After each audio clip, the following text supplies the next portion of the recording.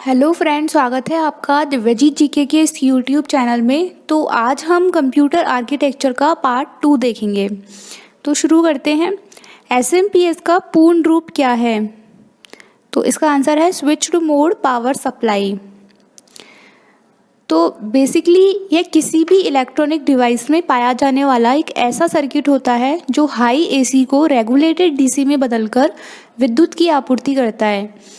हम सभी लोगों को पता है कि किसी भी इलेक्ट्रॉनिक डिवाइस को चलने के लिए पावर की ज़रूरत होती है और वो पावर हम लोग घर की 220 वोल्ट की एसी लाइन से देते हैं। परंतु इन सभी इलेक्ट्रॉनिक डिवाइस के अंदर बने सर्किट को चलने के लिए अलग अलग वोल्टेज रेंज में रेगुलेटेड डीसी पावर की ज़रूरत होती है, जिसको पूरा करने के लिए एसएमपीएस को लगाया जाता है। यानी कि एसएमपीएस 220 वोल्ट के एसी इनपुट को लेकर के मल्टीपल रेगुलेटेड डीसी वोल्टेज में बदलने का काम करता है और हर इलेक्ट्रॉनिक डिवाइस को रिक्वायरमेंट के अनुसार उनको विद्युत की सप्लाई करता है।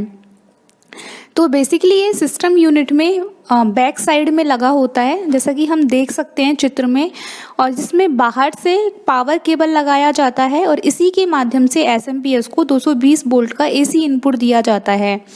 बात करें इसके आकार की तो ये ज़्यादातर चौकोर बॉक्स शेप में होता है, परंतु कुछ ब्रांडेड एसएमपीएस कैबिनेट के आकार के आधार पर भी बनाए जाते हैं। एसएमपीएस कंप्यूटर का एक इंटरनल हार्डवेयर पार्ट होता है जो सिस्टम यूनिट के अंदर लगे सभी इंटरनल पार्ट जैसे कि motherboard, hard drive, DVD drive, इन सबको रिक्वायर्ड पावर देने का काम करता है। यानी कि इसके एक इनपुट में पावर केबल लगाने के लिए एक सॉकेट लगी होती है और जिसको हम बोलते हैं एसएमपीएस पावर सॉकेट।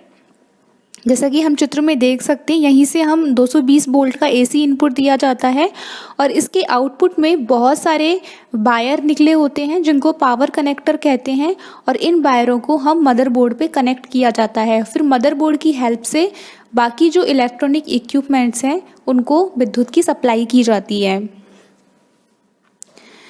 मदरबोर्ड पर कनेक्ट करने के लिए एसएमपीएस को पावर सॉकेट होता है जो कि 20 या 24 पिन का पावर कनेक्टर होता है, जिस पर एसएमपीएस से आने वाली पावर कनेक्टर को अटैच किया जाता है, जिसके माध्यम से ही मदरबोर्ड पर पावर सप्लाई की आपूर्ति होती है। सॉकेट में पावर इनपुट होने के बाद अन्य सभी कंपोनेंट्स को रिक्वायर्ड पावर मदरबोर्ड पर बने लेन के माध्यम से दिया जाता है। तो एसएमपीएस 220 वोल्ट का एसी इनपुट लेकर उसको मल्टीपल डीसी आउटपुट जैसे कि 12 वोल्ट, 5 वोल्ट, 3.3 वोल्ट की सप्लाई हाई एम्पियर के साथ देने का काम करता है, जो सिस्टम के अंदर बने अलग अलग सर्किट को जाता है।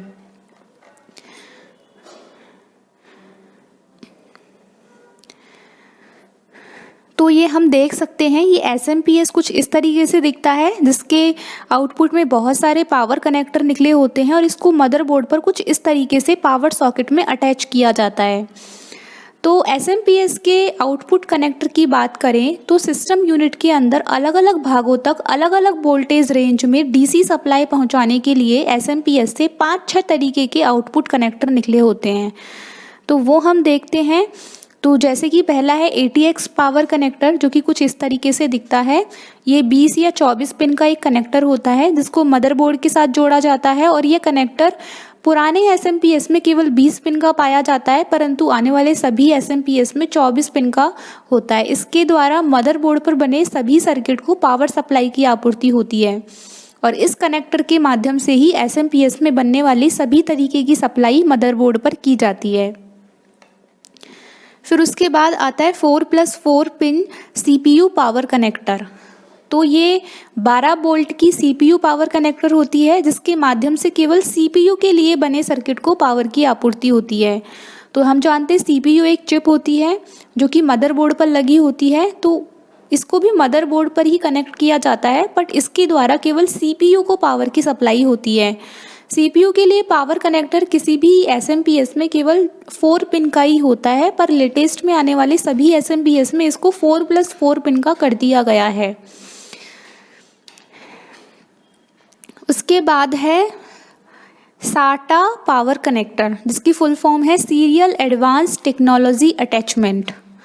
तो ये 3.3 वोल्ट, 5 वोल्ट या 12 वोल्ट कैरी करने वाला एक 15 पिन का कनेक्टर होता है, जिसके माध्यम से हार्ड ड्राइव या ऑप्टिकल ड्राइव इनको वर्किंग सप्लाई पहुंचाने का काम किया जाता है, यानी कि इनको विद्युत की सप्लाई की जाती है।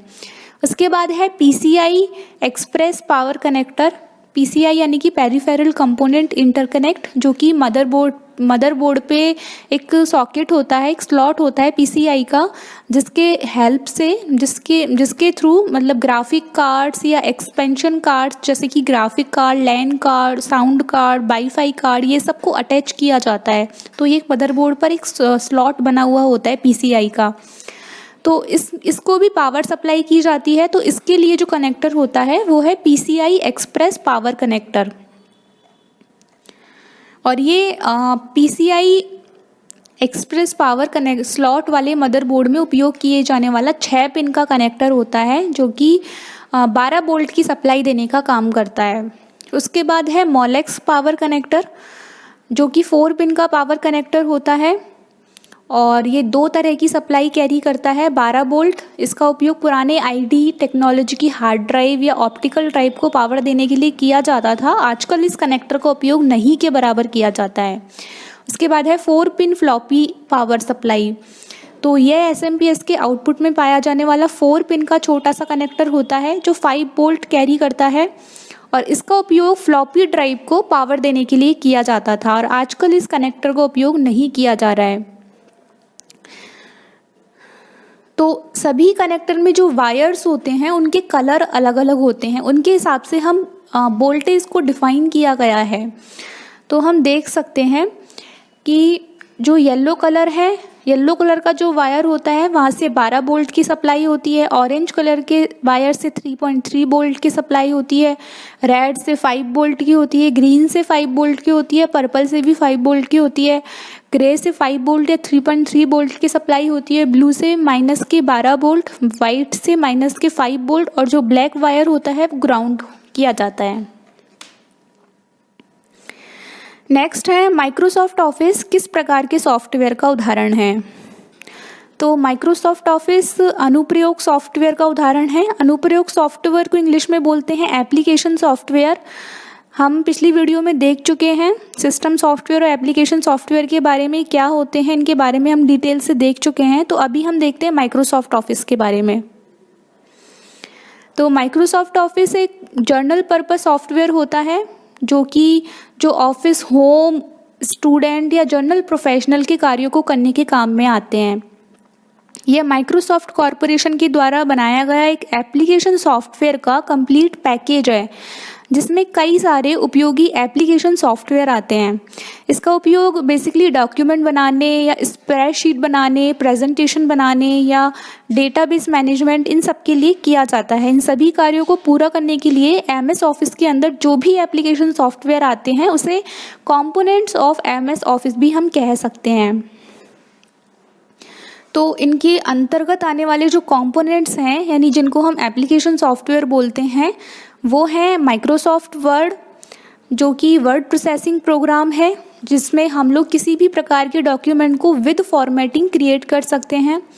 दूसरा है माइक्रोसॉफ्ट एक्सेल, ये एक स्प्रेडशीट प्रोग्राम है जिसका उपयोग डेटा को ऑर्गेनाइज, फॉर्मेट या कैलकुलेट करने के लिए किया जा सकता है। थर्ड है माइक्रोसॉफ्ट पावर पॉइंट, ये एक प्रेजेंटेशन क्रिएशन प्रोग्राम है जिसमें हम लोग स्कूल, कॉलेज या ऑफिस, इन सब के लिए एक अच्छी प्रेजेंटेशन बना सकते हैं। फिर है माइक्रोसॉफ्ट एक्सेस, ये एक डेटाबेस मैनेजमेंट प्रोग्राम है जिसमें छोटी से छोटी लेकर बड़ी से बड़ी डेटाबेस को एक सही वे में रख सकते हैं। इसमें हम फॉर्म, टेबल, रिपोर्ट, ये सब क्रिएट करने की सुविधा मिलती है। फिर है माइक्रोसॉफ्ट पब्लिशर, ये डेस्कटॉप पब्लिशिंग के काम में आने वाला प्रोग्राम है जिसमें हम लोग व्यक्तिगत या व्यावसायिक ज़रूरतों के लिए template, business card, calendar, brochure, newsletter, ये सब बना सकते हैं। फिर है माइक्रोसॉफ्ट आउटलुक, जो कि एक ईमेल मैनेजमेंट प्रोग्राम है और इसका उपयोग स्टैंड अलोन ऐप के रूप में भी किया जा सकता है। इसको हम एक प्रकार से ईमेल बॉक्स की तरह यूज कर सकते हैं।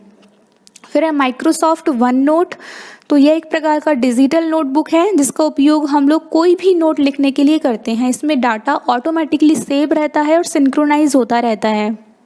तो ये था माइक्रोसॉफ्ट ऑफिस। नेक्स्ट क्वेश्चन है कौन सा सॉफ्टवेयर एक कंप्यूटर और उसकी सुरक्षा को नुकसान पहुंचाने अथवा आपराधिक गतिविधियों में संलग्न करने के लिए प्रयोग किया जाता है? तो इसका आंसर है मालवेयर, जो कि एक कंप्यूटर वायरस होता है। कंप्यूटर वायरस की बात करें तो कंप्यूटर वायरस भी एक सॉफ्टवेयर या प्रोग्राम ही होता है जिसे हैकर के द्वारा हमारे कंप्यूटर को नुकसान पहुंचाने के लिहाज से बनाया जाता है।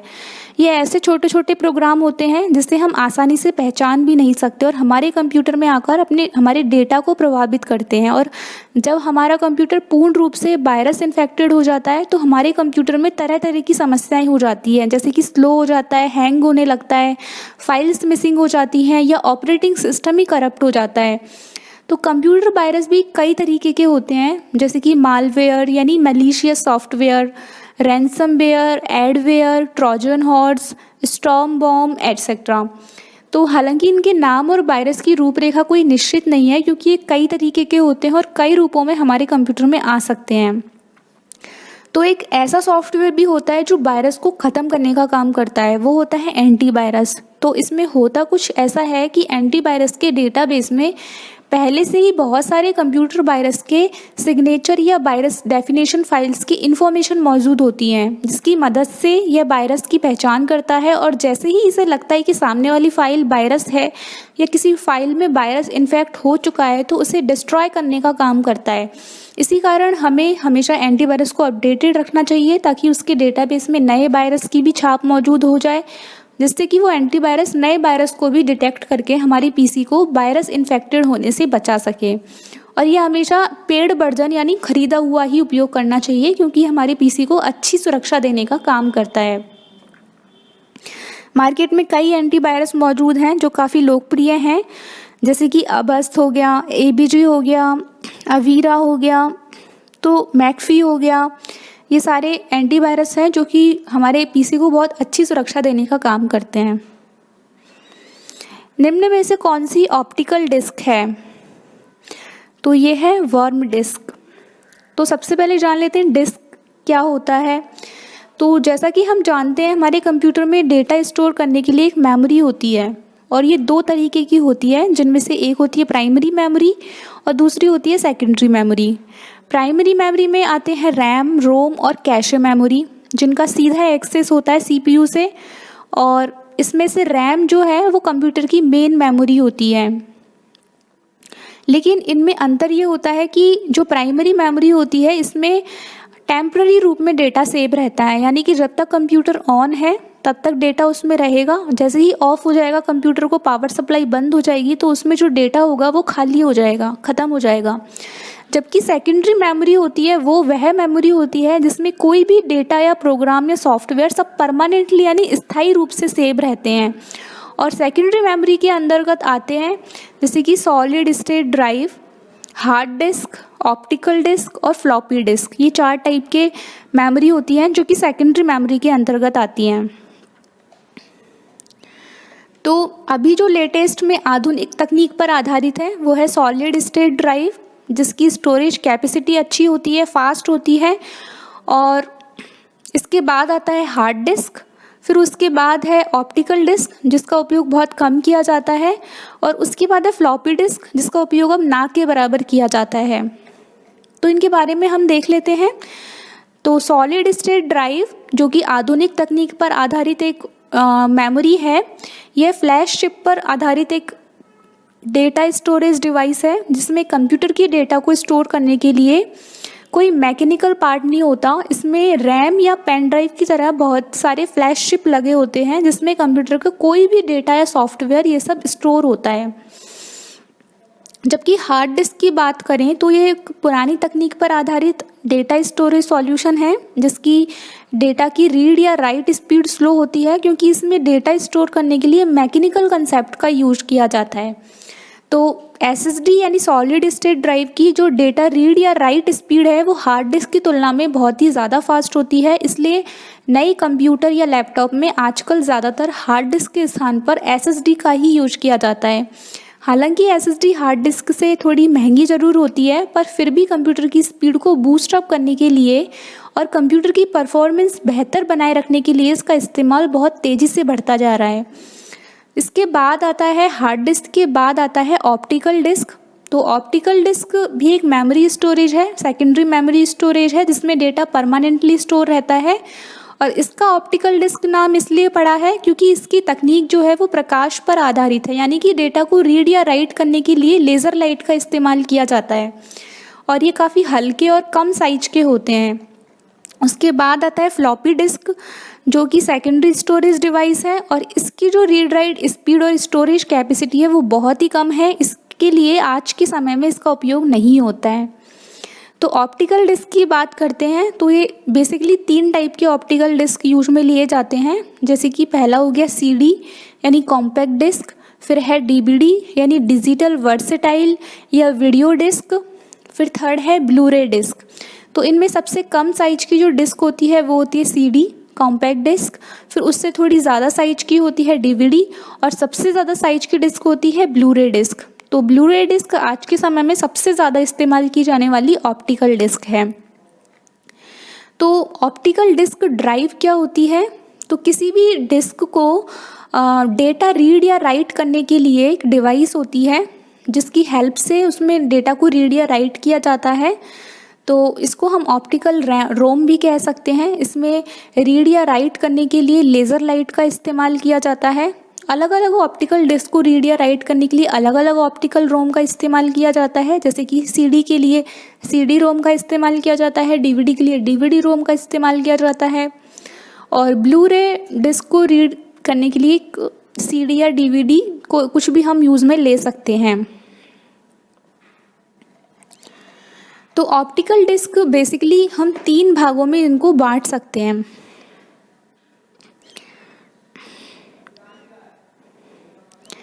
ऑप्टिकल डिस्क को हम 3 भागों में बता सकते हैं, जैसे कि है CD या DVD रोम, जिसको हम compact disk, digital video disk, read only memory कहते हैं। जैसे कि हमको इसके नाम से पता चल रहा है कि ये रीड ओनली मेमोरी है, यानी कि इस डिस्क में हम डेटा को राइट नहीं कर सकते। इसमें सारी सूचनाएं जो होती हैं इसके मैन्युफैक्चरिंग के समय ही स्टोर कर दी जाती हैं, जिसे यूज़र ओनली रीड कर सकता है।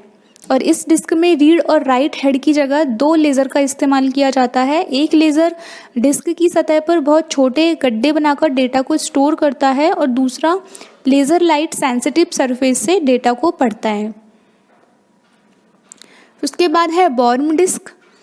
तो इस डिस्क को हम write once read many disk भी कहते हैं, इसकी फुल फॉर्म है। यह उस प्रकार की ऑप्टिकल लेज़र डिस्क है जो कि बाज़ार में खाली मिलती है और यूज़र उन पर जो भी सूचना स्टोर करना चाहता है कर सकता है। जैसा कि इसके नाम से ही पता चल रहा है, इसमें एक बार डेटा को स्टोर करने की सुविधा मिलती है। फिर एक बार डेटा स्टोर करने के बाद यह CD रोम की तरह सिर्फ पढ़ने योग्य ही हो जाती है और इसे चलाने के लिए हमें CD ड्राइव की आवश्यकता होती है। फिर थर्ड है इरेजेबल ऑप्टिकल डिस्क। तो इस डिस्क पर स्टोर डेटा को ठीक उसी प्रकार से जब चाहे परिवर्तन कर सकते हैं जिस प्रकार मैग्नेटिक डिस्क पर कर सकते थे। यह डिस्क हमें बार बार लिखने या अनेक बार पढ़ने की सुविधा देती है।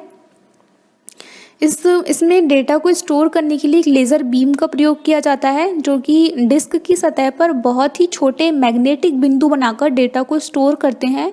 क्योंकि इस कार्य में डिस्क की सतह पर कोई नुकसान नहीं होता है और पुराने डेटा को हटाकर हम नया डेटा स्टोर कर सकते हैं।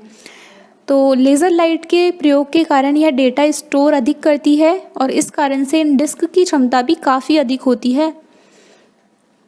अब इन डिस्क को कनेक्ट करने के लिए मदरबोर्ड से कुछ इंटरफेस होते हैं ताकि इनको मदरबोर्ड से कनेक्ट कर सके और इनको पावर सप्लाई मिल सके और अन्य इलेक्ट्रॉनिक इक्विपमेंट से भी इनका कम्युनिकेशन हो सके। तो इसके लिए कुछ इंटरफेस होते हैं, जैसे कि SATA पोर्ट होता है, जिसको फुल फॉर्म होती है सीरियल एडवांस टेक्नोलॉजी अटैचमेंट, जो कि एक 7 पिन का कनेक्टर होता है जिसके साथ हार्ड ड्राइव, DVD ड्राइव इनको अटैच किया जाता है और ये मदरबोर्ड पर होता है, जिस 2, 4 या 6 की संख्या में पाए जाते हैं।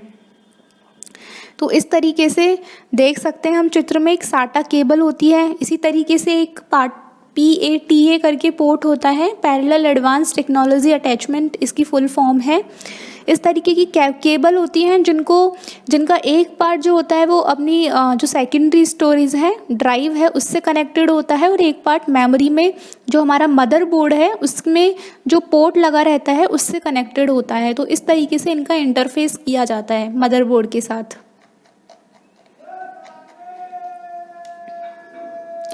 कंप्यूटर कैबिनेट का अर्थ है, तो ये एक धातु या प्लास्टिक का एक डिब्बा होता है जिसमें कंप्यूटर को असेंबल किया जाता है। यानी कि हम चित्र में देख सकते हैं ये इस तरीके का होता है जिसको हम सिस्टम यूनिट या कैबिनेट बोलते हैं, और इसके अंदर ही बाकी के जो इलेक्ट्रॉनिक डिवाइसेस होते हैं जैसे कि motherboard, hard disk, cooling fan, SMPS, ये सारे पार्ट इसके अंदर ही असेंबल किए जाते हैं।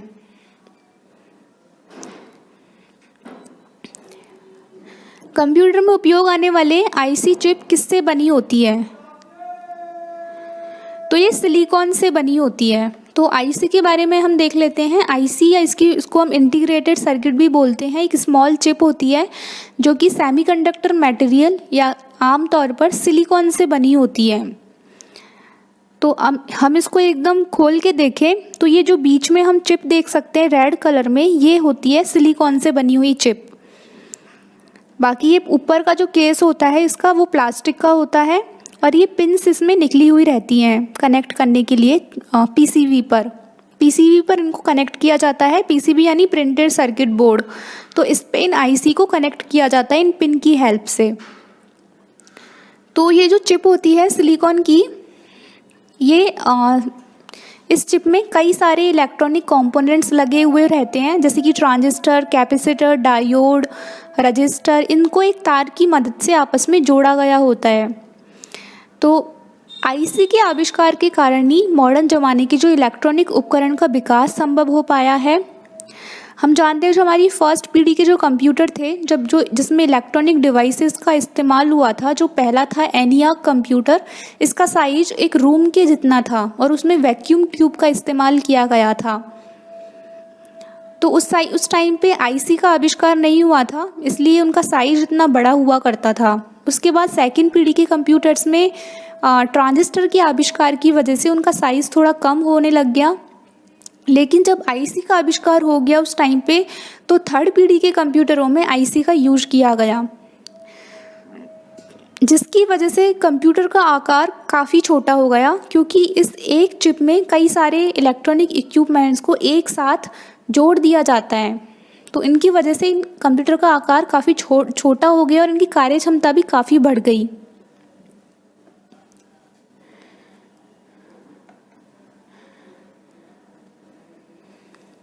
IC का आविष्कार जैक किल्वी ने किया था और वर्ष 12 सितंबर 1958 का वह दिन था जब उन्होंने इंटीग्रेटेड सर्किट बनाने में सफलता हासिल की थी।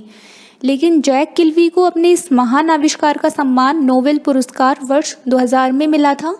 शुरुआती जो IC चिप होते थे इनमें कुछ एक संख्या में ही ट्रांजिस्टर होते थे, लेकिन आज लाखों ट्रांजिस्टर एक IC चिप में मौजूद होते हैं। तो IC की जो पहली पीढ़ी थी उस IC की चिप में स्मॉल स्केल इंटीग्रेशन तकनीक का इस्तेमाल होता था। इस चिप में केवल 2 से 10 ट्रांजिस्टर का ही उपयोग किया जाता था और इस IC चिप को हाथ से बनाया जाता था स्मॉल स्केल इंटीग्रेशन में। इसके बाद की जो पीढ़ी आई थी वो थी MSI यानी मीडियम स्केल इंटीग्रेशन। इस चिप में 10 से 500 के करीब ट्रांजिस्टर उपकरणों का प्रयोग किया गया था एक चिप में। और इससे आगे की पीढ़ी आई थी लार्ज स्केल इंटीग्रेशन। इस इंटीग्रेशन में 500 से 20,000 ट्रांजिस्टर का इस्तेमाल किया गया था और कंप्यूटर को डेस्कटॉप की साइज में लाने का कारण LSI तकनीक थी। इसके बाद VLSI तकनीक आई, वेरी लार्ज स्केल इंटीग्रेशन। इस तकनीक में लाखों की संख्या में ट्रांजिस्टर चिप पर लगाना संभव हो पाया था, जिसको हमने माइक्रो प्रोसेसर नाम दिया था। इससे प्रोसेसर का आकार काफ़ी छोटा हो गया था और इसको हमने माइक्रो प्रोसेसर बोला था। इसके बाद जो तकनीक आई थी ULSI ultra large scale integration ने तो क्रांति ही ला दी थी। 10 लाख से भी ज़्यादा उपकरणों को एक छोटी सी चिप पर लाने का कार्य ULSI तकनीक ने किया था। आजकल के जो स्मार्टफोन, लैपटॉप, कंप्यूटर में यूएलएसआई का ही इस्तेमाल किया जाता है। प्रत्येक इलेक्ट्रॉनिक उपकरण में एक पीसीबी होता है, यानी प्रिंटेड सर्किट बोर्ड होता है, जिसे सर्किट बोर्ड कहते हैं। और इस बोर्ड पर एक छोटे आकार की चिप लगाई जाती है और ये चिप होती है इंटीग्रेटेड सर्किट, जो कि सिलिकॉन से बनी होती है। यहाँ तक कि हमारा जो सीपीयू है, जो मदरबोर्ड पे लगा रहता है, वो भी एक इंटीग्रेटेड सर्किट चिप ही है, जिसमें मिलियंस में ट्रांजिस्टर लगे हुए रहते हैं और अन्य इलेक्ट्रॉनिक कंपोनेंट्स उसमें लगे हुए रहते हैं। बहुत सारे छोटे छोटे उपकरणों को चिप पर इंटीग्रेट करना बहुत मुश्किल टास्क है, लेकिन रोबोटिक के द्वारा यह संभव हो पाया है। वर्तमान में ऑटोमेटिक रोबोटिक के द्वारा आईसी का निर्माण बहुत आसान हो गया है। इस चिप को इंटीग्रेटेड सर्किट इसलिए कहते हैं क्योंकि कई सारे उपकरण इस चिप पर इंटीग्रेटेड होते हैं। किसी भी इलेक्ट्रॉनिक उपकरण की जो स्पीड और परफॉर्मेंस होती है, उसकी आईसी पर ही निर्भर करती है।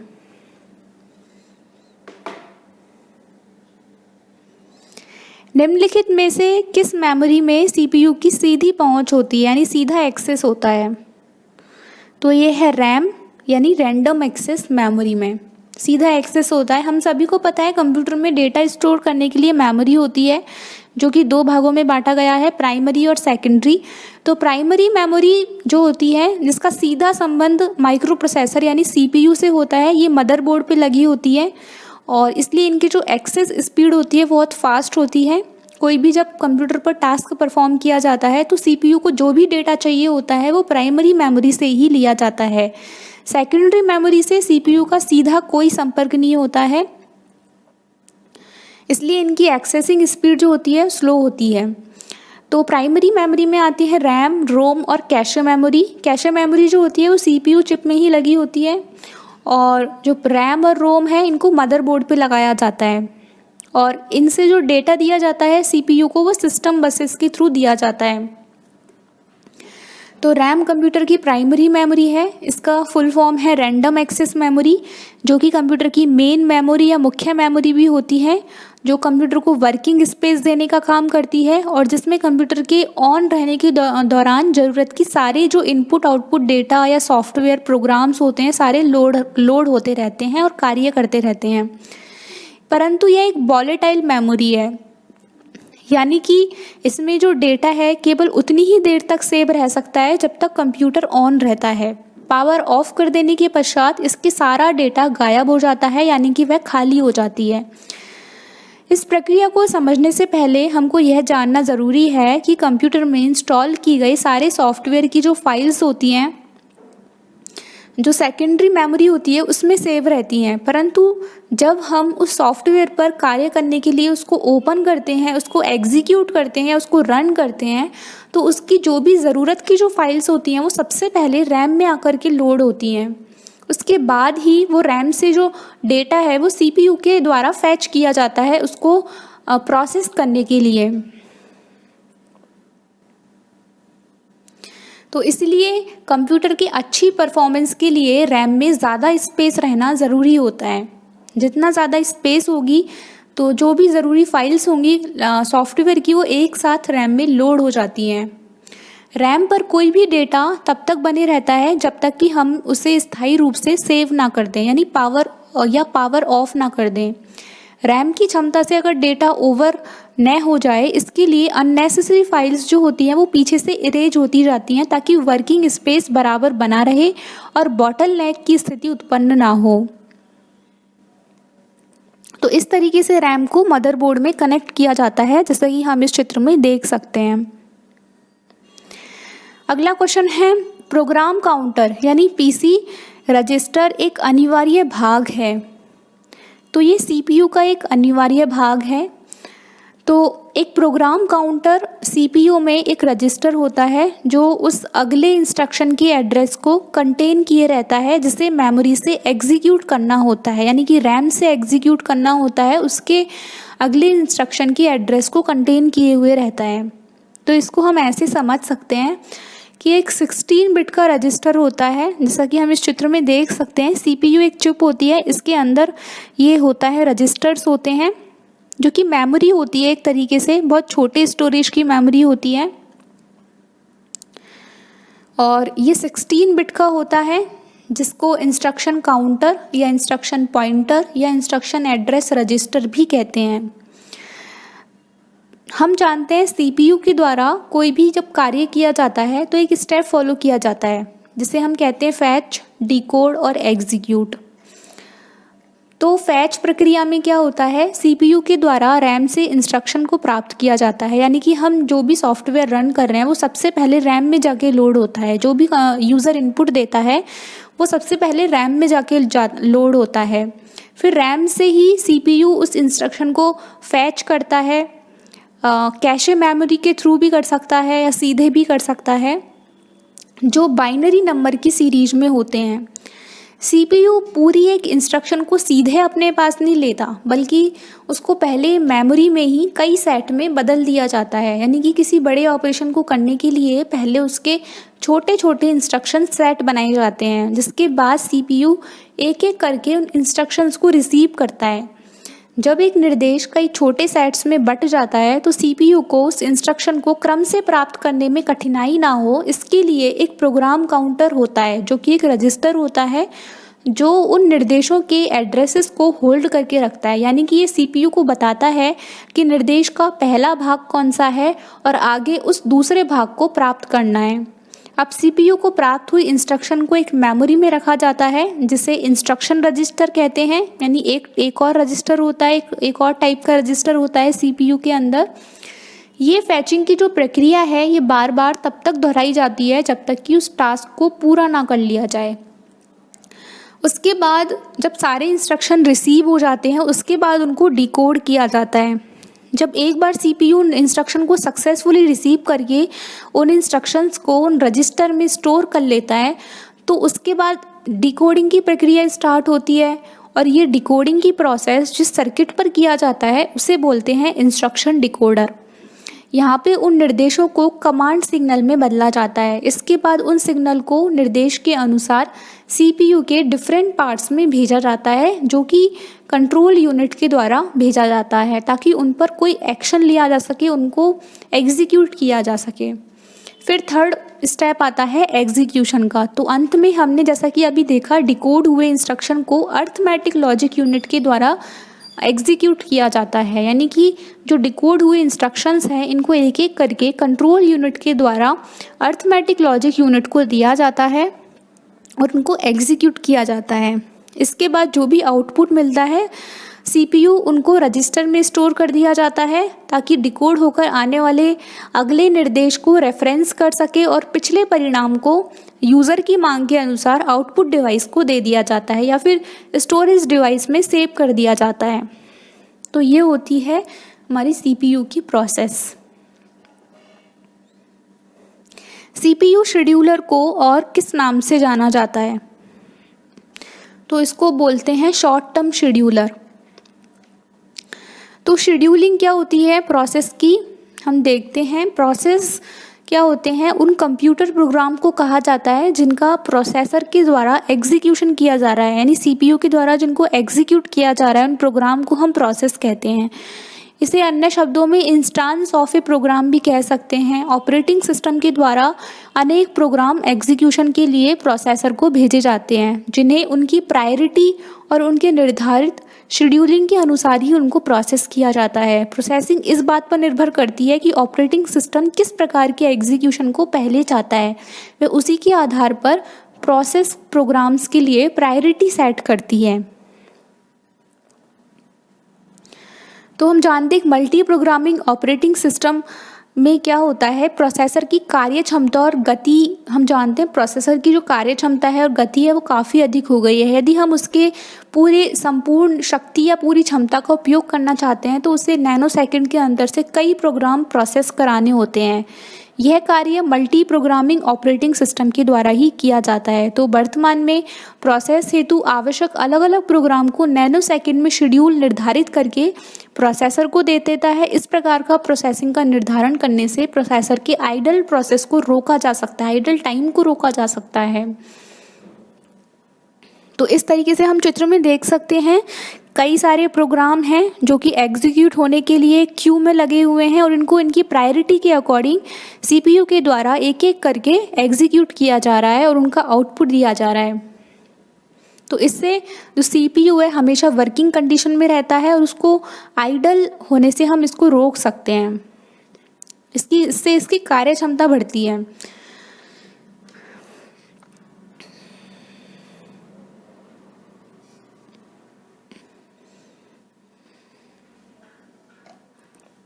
तो सीपीयू शेड्यूलिंग को हम 3 प्रकार की होती है, 3 प्रकार से हम बांट सकते हैं। तो ये 3 हैं: short term scheduler, medium term scheduler और लॉन्ग टर्म शेड्यूलर। तो शॉर्ट टर्म शेड्यूलर क्या होता है? इसे हम सीपीयू शेड्यूलिंग भी कहते हैं। इस शेड्यूलिंग का निर्धारण ऑपरेटिंग सिस्टम के द्वारा किया जाता है, यानी कि वह डिसाइड करता है कि किस प्रकार के प्रोग्राम को पहले एग्जीक्यूट कराना है और कितने समय अंतराल में एग्जीक्यूट कराना है। तो इस शेड्यूलिंग का एक अन्य उद्देश्य है सिस्टम के कार्य गति को बढ़ाना भी होता है। यह रेडी स्टेट को रनिंग स्टेट में बदल देता है किसी भी प्रोग्राम के। फिर है मीडियम टर्म शेड्यूलर। इस प्रकार के शेड्यूलर का कार्य मेन मेमोरी प्रोसेस को मिटाकर उसे सेकेंडरी मेमोरी में स्थानांतरित करना होता है। और फिर है लॉन्ग टर्म शेड्यूलर। इस शेड्यूलर का कार्य यह निर्धारित करना होता है कि किस प्रकार के प्रोसेसिंग को आरंभ करना है। इसे एडमिशन क्यू भी कहा जाता है क्योंकि इसमें जॉब शेड्यूलर के द्वारा प्रोसेसिंग का निर्धारण किया जाता है। अब इन शेड्यूलिंग को कराने के लिए कई सारी एल्गोरिथम्स भी होती हैं। तो जैसे कि यानी कि जिसमें किस प्रोसेस के लिए कौन सा मतलब उसके लिए एल्गोरिथम होगी, ये सब के लिए एक अलग अलग एल्गोरिथम होती हैं जो कि ऑपरेटिंग सिस्टम की सहायता से ही निर्धारित की जाती हैं। तो जैसे पहली है first come first serve scheduling, FCFS। फिर है शॉर्टेस्ट जॉब फर्स्ट शेड्यूलिंग, फिर है प्रायोरिटी शेड्यूलिंग, फिर है राउंड रॉबिन शेड्यूलिंग। तो इस तरीके की कुछ शेड्यूलिंग एल्गोरिथम्स होती हैं एक प्रोसेस को एग्जीक्यूट कराने के लिए।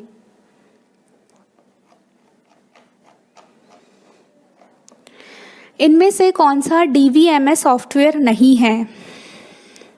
तो इसका आंसर है कोबोल, क्योंकि कोबोल एक लैंग्वेज है, कॉमन बिजनेस ओरिएंटेड लैंग्वेज। और बाकी के जो 3 हैं ये DBMS सॉफ्टवेयर हैं। तो डेटाबेस क्या होता है, DBMS क्या होता है, इन सबके बारे में हम देख लेते हैं। तो डेटाबेस जो होता है डेटा का एक समूह होता है जिसे इस प्रकार ऑर्गेनाइज किया जाता है कि इसमें डेटा को आसानी से हम एक्सेस कर सकते हैं, मैनेज कर सकते हैं, इसको अपडेट कर सकते हैं।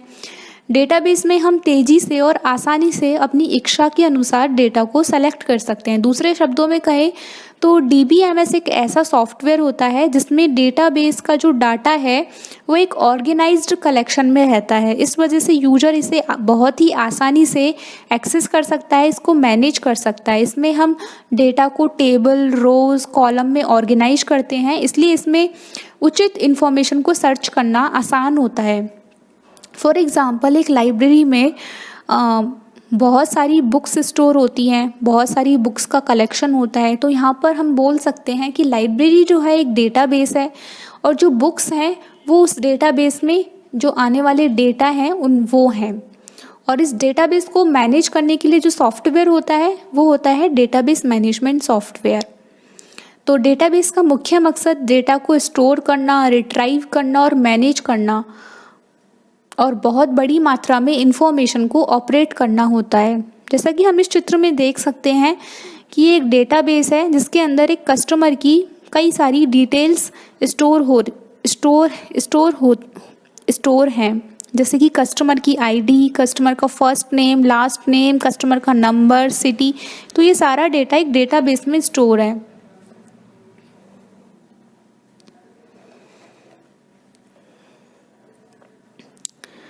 तो इसमें कंपोनेंट्स क्या होते हैं DBMS के? DBMS की फुल फॉर्म होती है डेटाबेस मैनेजमेंट सिस्टम। तो इसमें डेटाबेस बनाने के लिए क्या क्या चीज़ों की ज़रूरत होती है? तो सबसे पहले तो एक एसक्यूएल होती है, एक लैंग्वेज होती है स्ट्रक्चर्ड क्वेरी लैंग्वेज, फिर डीबीएमएस यानी डेटाबेस मैनेजमेंट सिस्टम चाहिए होता है, और एक डेटाबेस यानी organised collection of inter related data. तो जो भी हमारा सॉफ्टवेयर है या वेबसाइट है, जो भी डायनेमिक वेबसाइट है, इन सब का डेटा जो है उसका डेटाबेस बनाने के लिए हम एसक्यूएल लैंग्वेज की हेल्प से डीबीएमएस सॉफ्टवेयर के थ्रू उसका डेटाबेस तैयार किया जाता है। तो इसको हम इस चित्र में देख सकते हैं इस तरीके से। तो आजकल बहुत सारी वेबसाइट है इंटरनेट पर जिन्हें डेटाबेस के माध्यम से हैंडल किया जाता है, जैसे कि मेक माई ट्रिप, ओयो रूम्स। तो इनके द्वारा हम किसी भी होटल में रूम को बुक कर सकते हैं, उनको सर्च कर सकते हैं अपनी रिक्वायरमेंट के हिसाब से। तो ये जो वेबसाइट है ये डेटाबेस का यूज़ करती हैं। तो आजकल बहुत सारे डेटाबेसेस को डेटाबेस मैनेजमेंट सिस्टम के द्वारा मैनेज किया जाता है। तो कई सारे डेटाबेस मैनेजमेंट सिस्टम है पॉपुलर, जैसे कि my SQL, Oracle, MongoDB, PostgreSQL, SQL server, Microsoft Access. तो ये सारे हैं जो पॉपुलर डेटाबेस मैनेजमेंट सिस्टम हैं जो कि डेटाबेस बनाने का काम करते हैं। सॉफ्टवेयर एप्लीकेशन के संदर्भ में सीआरएम का क्या अर्थ है? तो इसका अर्थ है कस्टमर रिलेशनशिप मैनेजमेंट। इसकी फुल फॉर्म होती है कस्टमर रिलेशनशिप मैनेजमेंट, जो कि एक प्रकार का मैनेजमेंट सॉफ्टवेयर है। इसका यूज कंपनियां अपने ग्राहकों से बातचीत करने के लिए करती हैं। सीआरएम के अंतर्गत कई ऐसे सॉफ्टवेयर आते हैं जिनका उपयोग टीचिंग एंड स्पेशल पर्पस के लिए किया जाता है। आमतौर पर सीआरएम के द्वारा कस्टमर की जानकारी को इकट्ठा करना बहुत आसान होता है, जिसमें कस्टमर का नाम, नंबर, ईमेल आईडी ये सब शामिल होते हैं। अगर सीधे शब्दों में कहें सीआरएम क्या है, तो सीआरएम ग्राहक के सभी डेटाबेस को एक साथ इकट्ठा करके सेल्स टीम को दे देता है, जिसकी वजह से सेल्स टीम यह जान पाती है कि कौन सा ग्राहक किस प्रोडक्ट में रुचि रखता है, और वह कभी भी आपके द्वारा किसी प्रोडक्ट को खरीदता है तो उसकी सभी डिटेल्स जो हैं वो ऑटोमेटिकली सॉफ्टवेयर में अपडेट हो जाती हैं। इसके अलावा आप अपने कस्टमर की सोशल मीडिया गतिविधि भी देख सकते हैं कि उन्हें क्या पसंद है, उन्हें क्या नहीं पसंद है, और भी बहुत कुछ आप सीआरएम की हेल्प से देख सकते हैं, जिससे आपके लिए समझना आसान हो जाता है कि आपको अपने प्रोडक्ट में क्या चेंजेस करने चाहिए, जिससे कि आपके बिजनेस में ज़्यादा से ज़्यादा लीड जनरेशन हो। तो ये कुछ सॉफ्टवेयर्स होते हैं सीआरएम के, जो कि सीआरएम के सॉफ्टवेयर्स होते हैं, जैसे कि सेल्सफोर्स, जोहो, स्विफ्ट पे, सैप, माइक्रोसॉफ्ट डायनेमिक, ओरेकल। तो ये सारे कुछ पॉपुलर सीआरएम सॉफ्टवेयर्स होते हैं। नेक्स्ट क्वेश्चन है कैड निम्नलिखित के लिए लिखा जाता है। तो इसकी फुल फॉर्म होती है कंप्यूटर एडेड डिज़ाइन। तो ये एक ऐसा सॉफ्टवेयर होता है जिसका इस्तेमाल होता है कंप्यूटर में 2D और 3D डिज़ाइंस क्रिएट करने के लिए। इस तरीके से कॉमन प्रकार के कैड के अंतर्गत आते हैं 2 डायमेंशनल लेआउट डिज़ाइन और 3 डायमेंशनल मॉडलिंग। तो 2D कैड के बारे में के बहुत सारे एप्लीकेशन होते हैं, लेकिन इसे सबसे ज़्यादा इस्तेमाल किया जाता है vector based layout design create करने के लिए, यानी कि जो मकान का लेआउट ब्लूप्रिंट बनाना हो, लाइक साइज में अकॉर्डिंग हमें बनाना हो, इसका इस्तेमाल आर्किटेक्ट करते हैं बहुत ज़्यादा, बिल्डिंग मतलब फ्लोर्स वगैरह बनाने के लिए कि इनको वेक्टर ग्राफिक्स होते हैं जिसमें उनको स्केल किया जा सकता है अलग अलग साइजेज में। और 2D कैड के अंतर्गत आते हैं ऐसे ड्राइंग, जैसे कि स्केचेस, मॉकअप्स, जो कि बहुत ही कॉमन होते हैं और एक प्रकार के डिज़ाइन प्रोसेस के शुरुआती दौर में। और जो 3D कैड होता है इसका सबसे ज़्यादा इस्तेमाल वीडियो गेम्स और एनिमेटेड फिल्म्स को डेवलप करने के लिए होता है। वहीं इसके बहुत से रियल वर्ल्ड एप्लीकेशन भी हैं, जैसे कि प्रोडक्ट डिज़ाइन या सिविल इंजीनियरिंग या सिमुलेशन मॉडलिंग, इन सब में भी 3D कैड का यूज़ किया जाता है। तो कैड के भी बहुत सारे सॉफ्टवेयर होते हैं जिनकी हेल्प से 2D या 3D मॉडलिंग की जाती है, जैसे कि AutoCAD, Rhino, TinkerCAD, FreeCAD, SolidWorks. तो ये सारे कैड के भी सॉफ्टवेयर्स होते हैं। तो बस ये थी आज की वीडियो। अगर आपको ये वीडियो अच्छी लगी हो तो प्लीज़ लाइक करना, शेयर करना और चैनल को सब्सक्राइब करना।